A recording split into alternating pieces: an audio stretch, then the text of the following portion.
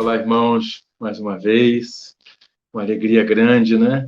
Esse Salmo 130 ficou belíssimo, né? Musicado pelo nosso amado irmão Lucas.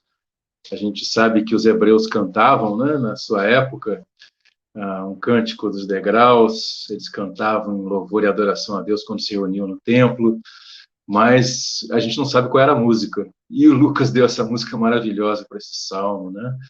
Para a gente se aprofundar nessa palavra de Deus e celebrar o que nós temos com o Senhor, né? De verdade, né? Queridos, eu quero compartilhar com vocês nessa manhã uma breve palavra e sobre um tema que Deus tem falado ao meu coração e a partir de um texto que também está no livro de Hebreus.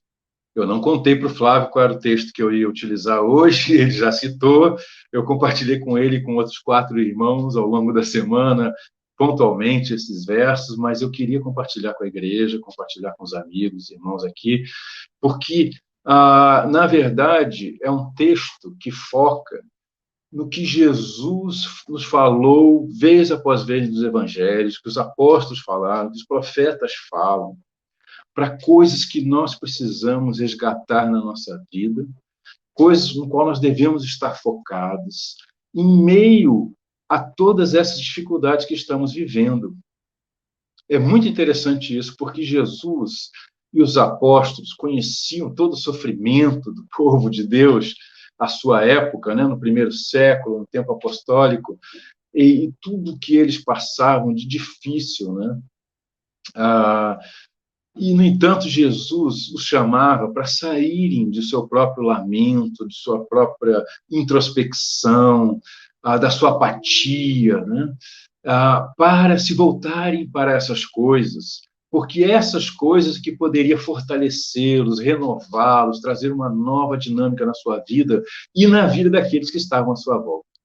Então, como cristãos, mesmo vivendo em tempos difíceis, né, como nós lemos lá no Apocalipse 21, que não vão existir depois que Jesus voltar na sua glória, em dia e hora que ninguém conhece, mas que nós sabemos que está breve, né, mas que existem agora, e nós sofremos com elas agora, né?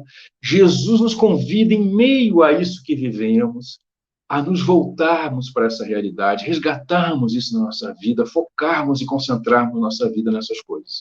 Então, são 3 coisas para o qual o Senhor, por meio do Espírito Santo, nos chama aqui em Hebreus.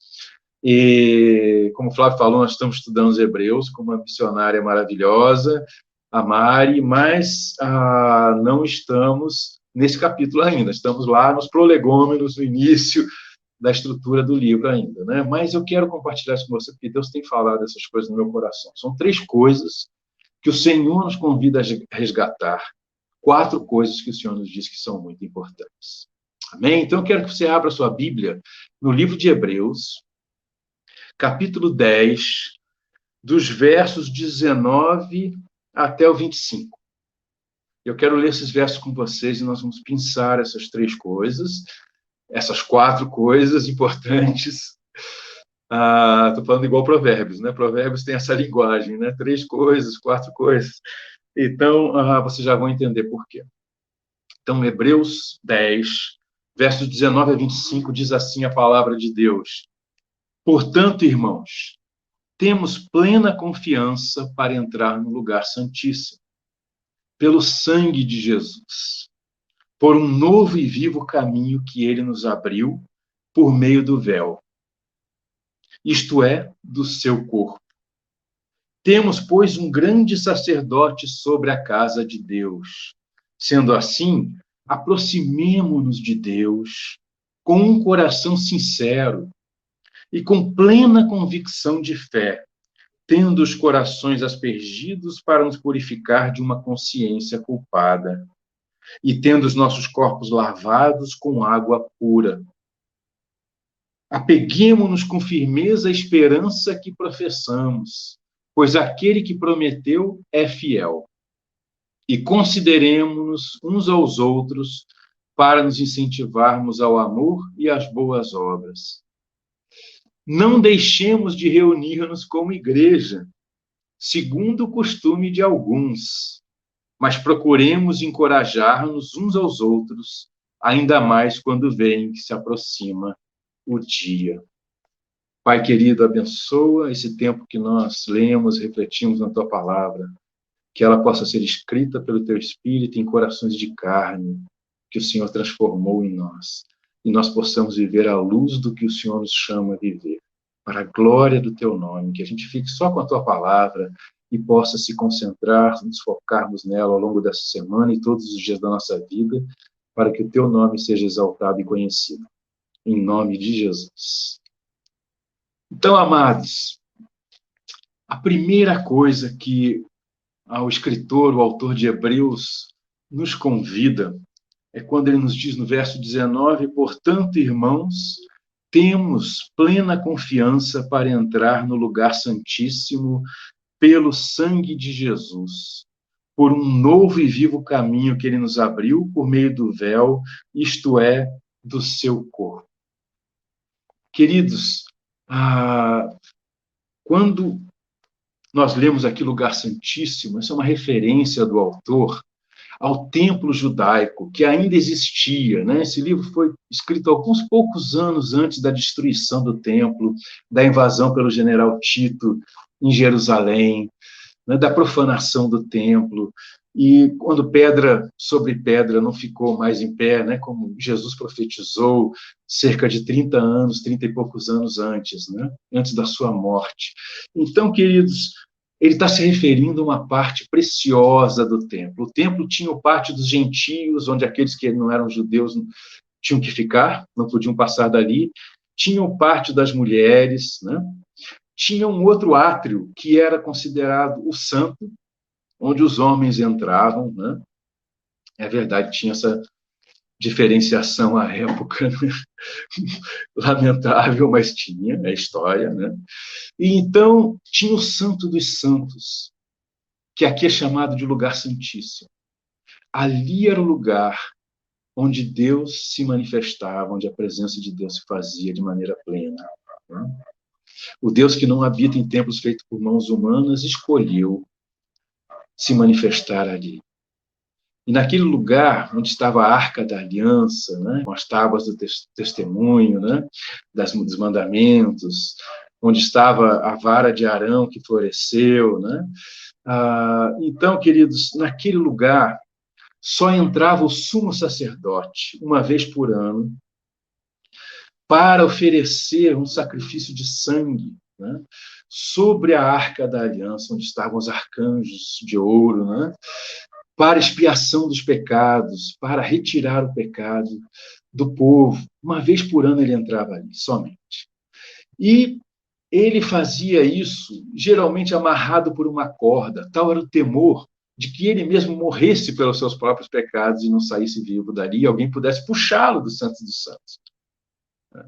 E esse Santo dos Santos ficava fechado por esse véu, que se refere aqui como sendo o corpo de Cristo, né? Uma simbologia do corpo de Cristo, né? Então, queridos, nós sabemos hoje, pelo livro de Hebreus, que sacrifício de animais não pode expiar pecados, não pode retirar o pecado de ninguém. Apenas o sacrifício perfeito de Jesus Cristo, o Filho de Deus, o Messias, o Cristo, o ungido de Deus para tirar o pecado do seu povo, pode expiar os nossos pecados, pode nos purificar dos nossos pecados e nos dar livre acesso a Deus. E então a Escritura nos ensina no Evangelho que no momento que o Senhor Jesus Cristo deu seu último suspiro na cruz, depois que ele exclamou, está consumado, né? O véu se rasgou no templo de cima para baixo, né? Não foi obra humana, foi obra divina, né? Simbolizando que agora esse acesso ao Santo dos Santos, a presença santíssima de Deus, estava aberta para todos os que foram lavados no sangue precioso do Cordeiro de Deus, nosso Senhor Jesus Cristo, que morreu por nós na cruz e derramou até a última gota do seu sangue, morrendo a nossa morte, que nós merecíamos, nós todos que somos pecadores. E ninguém escapa disso. E então, queridos, nós agora, o primeiro convite que o autor de Hebreus nos faz, o Espírito Santo de Deus, por meio desse homem, faz, É para que nós tenhamos plena confiança, para que nós sejamos ousados, tenhamos coragem, como diz em outra versão, outra tradução, para entrar na presença de Deus, a presença daquele que é 3 vezes santo. E nós podemos fazer isso espiritualmente, pelo sangue de Jesus. Ninguém pode entrar na presença de Deus se não for pelo sangue de Jesus. Ninguém pode entrar na presença de Deus por sua própria justiça, por se achar suficientemente santo e bom.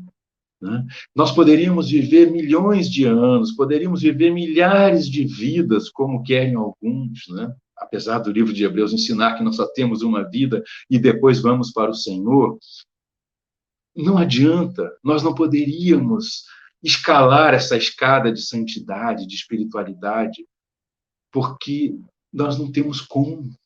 Só o sangue de Jesus. E é por isso que o cristão precisa ter esse coração contrito e humilde para entrar na presença de Deus pela fé no sangue precioso de Jesus derramado na cruz. O Filho de Deus, né, era o único que estava apto para nos purificar dos nossos pecados. Né? O Apocalipse 5, que nós vamos estudar na próxima terça, ensina isso. Né? Ele foi o único achado digno disso. Então, queridos, porque ele era o leão e era o cordeiro, né? Nós vemos lá no Apocalipse. Então, queridos, é importante a gente saber disso, que é só pelo sangue de Jesus que nós temos acesso à presença de Deus. Mas é importante nós sabermos que Cristo morreu e abriu esse acesso, porque nós fomos criados para essa comunhão com Deus. Porque Ele nos criou para se relacionar pessoalmente conosco, porque Ele quer ter esse relacionamento íntimo conosco, estar em nossa presença e nós estarmos conscientemente na presença dEle, sempre andarmos na presença dEle. E não só isso, como também a cada dia entrarmos, tirarmos um tempo especial para entrarmos na sua presença de uma maneira especial, de maneira consciente, com ousadia, né, com plena confiança no sangue que Cristo derramou na cruz há 2000 anos atrás por nós. Porque o sacrifício dele é perfeito. Como ensina Hebreus, ele morreu uma só vez por nós. E a sua morte, o seu sangue derramado, pode apagar todos os pecados daquele que se arrepende, sinceramente se achega confiante no sangue que ele derramou na cruz, no seu corpo entregue por nós na cruz, como diz o nosso texto. Então, queridos, isso é o que há de mais importante que você pode fazer. Você está de luto? O Senhor espera que você não só sofra sozinho, calado, ou com algumas poucas pessoas, mas que você também reconheça que precisa da presença dele nesse momento. Vá à presença dele com confiança no sangue de Jesus, porque ele quer estar com você nesse momento de luto de uma maneira especial. Você está sofrendo fisicamente, está sofrendo mentalmente, você tem pessoas queridas sofrendo. Ele espera que você entre na presença dele com confiança pelo sangue de Jesus, que você esteja diante dele, que você rasgue seu coração, que você derrame suas lágrimas, que você chore, e ele vai chorar com você. Como ele nos ensina, chorem com os que choram. Ele quer estar com você, ele é a presença mais especial que pode fazer diferença na sua vida nesses momentos. Você está passando necessidade econômica, financeira, vá à presença dele, é ele que pode te ajudar. Vá com o coração aberto, até mesmo buscando nele a resposta, por que ele está permitindo que você passe por isso? Nada na nossa vida, como cristãos, como filhos de Deus, como povo de Deus, é por acaso. Nem mesmo um fio de cabelo nosso cai por acaso, sem a permissão do Senhor. Muitas coisas acontecem por vontade explícita dele, porque ele quer. Outras coisas acontecem porque ele permite. Porque a chuva cai sobre justos e sobre injustos, o sol se põe sobre justos e sobre injustos. Mas se ele permitiu sobre a minha, sobre a sua vida, sobre a vida do povo de Deus, em algum momento, é porque ele tem um propósito eterno para isso. E ele pode te revelar qual é esse propósito. O que ele quer que você aprenda, onde ele quer que você cresça, o que ele está mudando na sua vida, o que ele quer que você suporte para poder perseverar, amadurecer, conhecer. se aproximar mais dele, conhecê-lo mais e mais profundamente.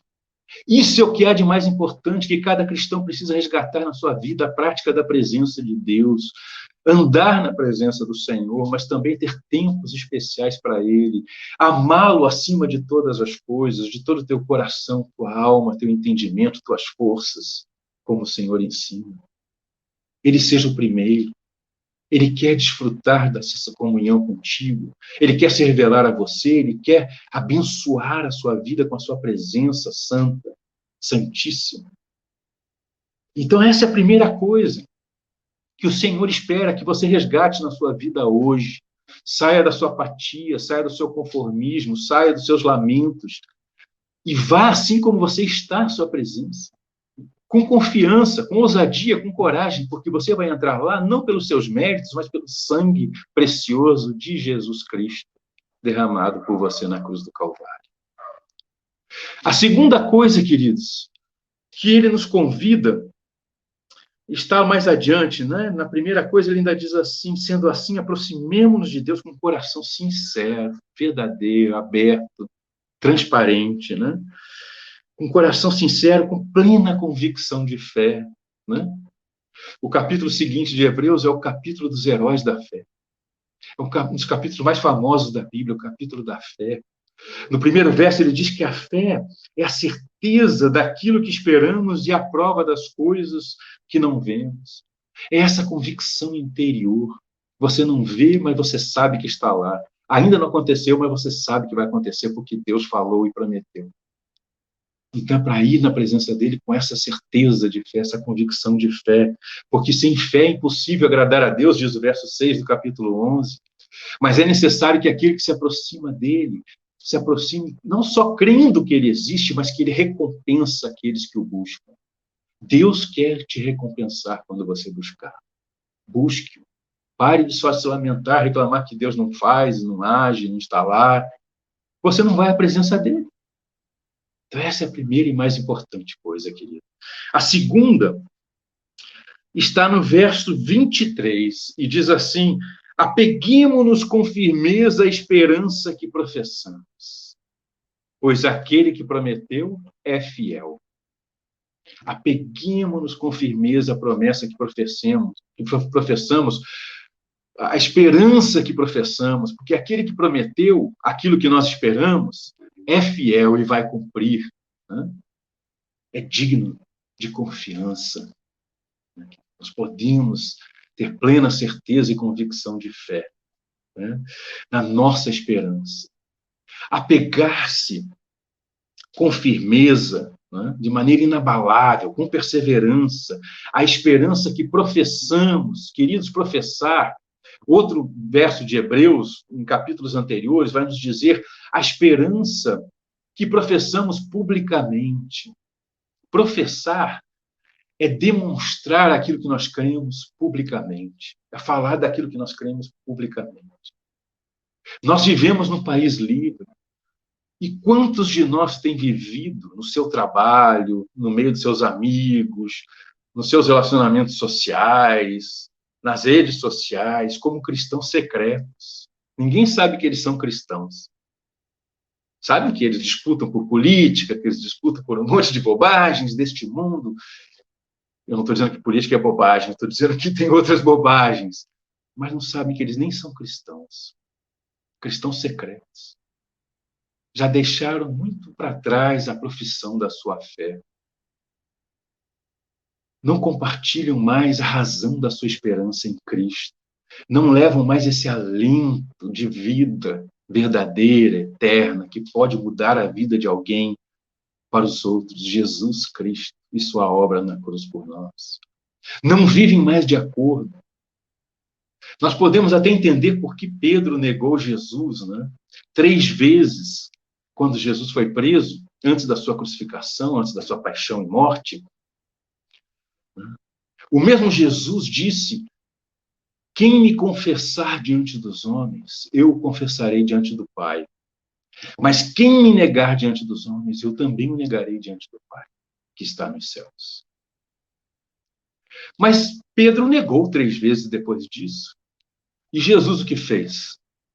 o negou diante do Pai? Pedro se arrependeu profundamente. E Jesus o amou.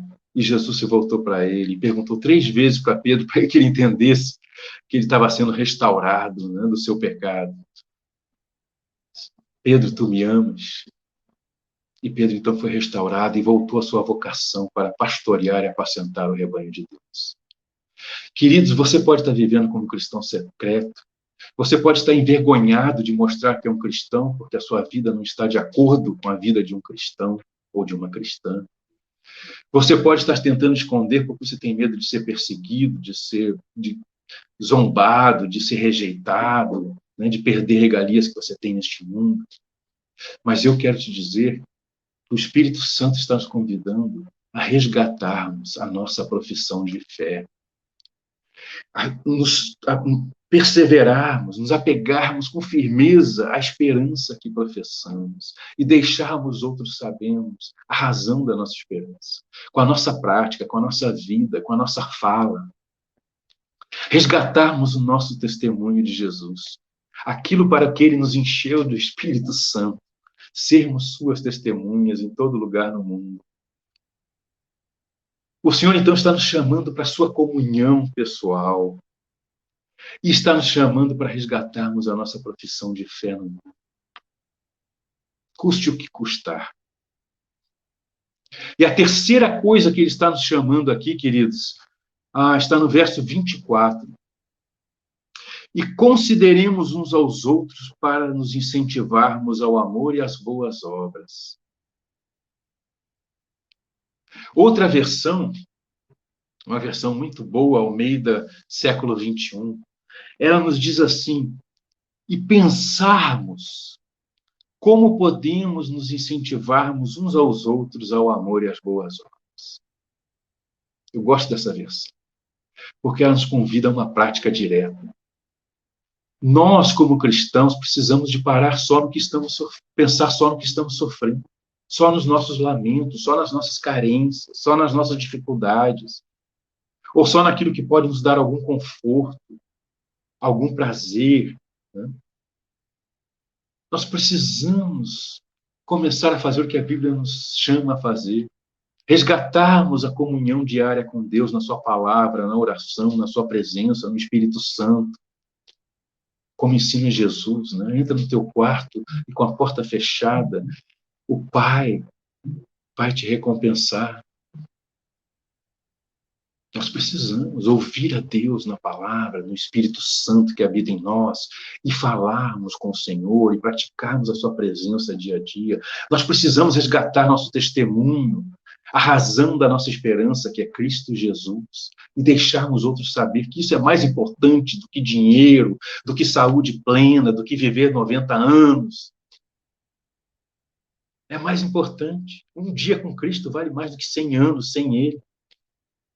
A eternidade sem Ele. Mas também que nós somos convidados a pensarmos em outras coisas fora de nós, a pensarmos no outro, nos outros, uns aos outros, como diz o texto, né? Essa mutualidade, essa comunidade. O Senhor nos convida a pensarmos juntos, pensarmos, não é eu pensar sozinho, você pensar sozinho, juntos vamos pensar, vamos conversar sobre isso. É difícil nos tempos que nós vivemos, né? Como nós podemos animar nosso irmão, nossa irmã? Como nós podemos animar nossa comunidade? Como nós podemos encorajarmos a vivermos no amor de Cristo, segundo o amor de Cristo, amando como Cristo, praticando as boas obras de Cristo, vivendo e frutificando no Espírito Santo? Como nós podemos fazer isso? Nós precisamos conversar sobre isso. A Bíblia está nos convidando a praticar isso, a sentar juntos, né? Onde 2 ou 3 estiverem reunidos no meu nome, ali estarei, diz o Senhor. Nos reunimos em grupos pequenos, em comunidade, em família, com amigos cristãos, e conversarmos sobre isso. Como que nós podíamos sairmos de nós mesmos e nos animarmos uns aos outros para vivermos em amor, para resgatarmos o amor de Cristo na nossa vida, praticarmos aquilo que Ele nos ordena praticar, nos convida, nos encoraja a praticar. conforme sua palavra e seu exemplo. Então a Bíblia está nos convidando para fazermos isso em meio aos nossos sofrimentos e às nossas dificuldades. Sentarmos juntos. Não importa se presencial, por vídeo, ou da maneira que for, e conversarmos sobre isso. Como que nós podemos nos encorajar a isso? Como nós podemos nos incentivar a isso? Então essa é a terceira coisa que nós devemos estar focando a nossa vida. Praticando, gente. Vivendo isso. É isso que a Bíblia nos convida a fazer. Então, queridos, e a quarta coisa, na verdade, eu falei três coisas que o Senhor nos convida a fazer, e uma quarta importante, é porque a quarta está vinculada a isso. A quarta é o que o Flávio citou aqui, queridos, e nos exortou aqui muito bem, né, nos estimulando a isso. Verso 25, não deixemos de reunir-nos como igreja, como comunidade da fé, como corpo de Cristo, como família de Deus local. Não deixemos de nos reunir, como é costume de alguns, já aquela época de muito sofrimento para os cristãos, muitos estavam se acostumando, se acomodando e não se reunindo mais. Aí Deus vem e fala por meio deste homem aqui, essa palavra inspirada pelo Espírito Santo. Olha, não deixem de se reunir como igreja. Não deixem de se reunir no nome de Jesus Cristo, que é o Senhor da igreja, o dono da igreja. A comunidade é dele, a igreja é dele. A família é dele, o corpo é dele, ele é a cabeça do corpo. É ele que nos dirige. Ele é nosso Senhor.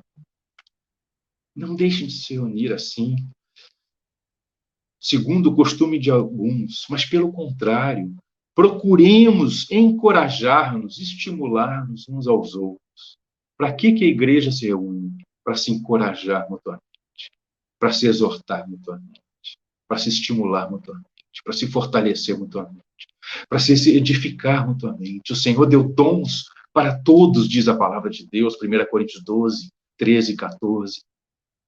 Cada um que recebeu a Cristo no seu coração, mediante o arrependimento de seus pecados e a fé no sangue precioso de Jesus derramado na cruz e sua ressurreição. Cada um que foi inserido pelo Espírito Santo no corpo de Cristo, na igreja, na família de Deus, pela fé, recebeu ao menos um dom espiritual.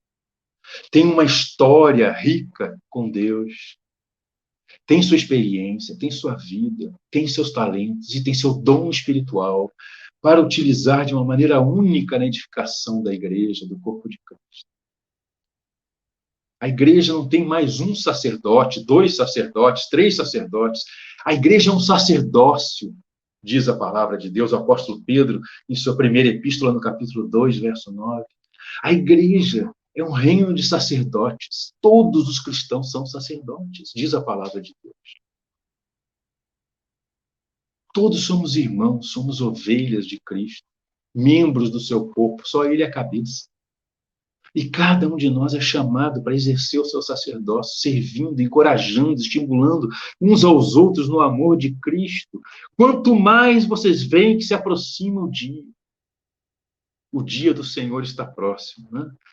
Aqui mesmo em Hebreus, no capítulo 10, no finalzinho, diz assim no verso 37, aquele que vem virá e não demorará. E enquanto isso ele não vem, o meu justo viverá pela fé. Nós vivemos pela fé naquele que nos amou e a si mesmo se entregou por nós, enquanto vivemos neste corpo. Mas aquele que vem virá e não demorará a cumprir sua promessa final. Queridos, nós podemos confiar. Nós precisamos resgatar essa comunhão com a presença de Deus dia a dia. Ele anseia por isso, ele espera por isso, ele nos encoraja a isso. E nós precisamos disso. A nossa vida espiritual depende disso. A nossa vida como um todo depende disso. Nós precisamos retomar nosso testemunho, a profissão de fé que fazemos acerca da esperança que nutrimos em Cristo Jesus. E nós precisamos voltar a nos sentar com nossos irmãos e pensarmos e conversarmos, né, e considerarmos uns aos outros, termos outros em máxima consideração, para juntos sabermos como estimular e encorajar os outros e a nós mesmos, uns aos outros, ao amor e às boas obras. E nós não podemos deixar de nos reunir como igreja. Essa é a palavra de Deus para um povo que está sofrendo, que está passando por aflições, angústias profundas, dores, lutos. E se você está vivendo um momento bom de alegria, de plenitude, mais um motivo para você praticar essas coisas, porque é Deus, na sua graça, que está te dando essas coisas. Num momento difícil como esse. Reconheça isso e busque o Senhor enquanto é tempo. Amém? Deus abençoe, queridos. Graça e paz.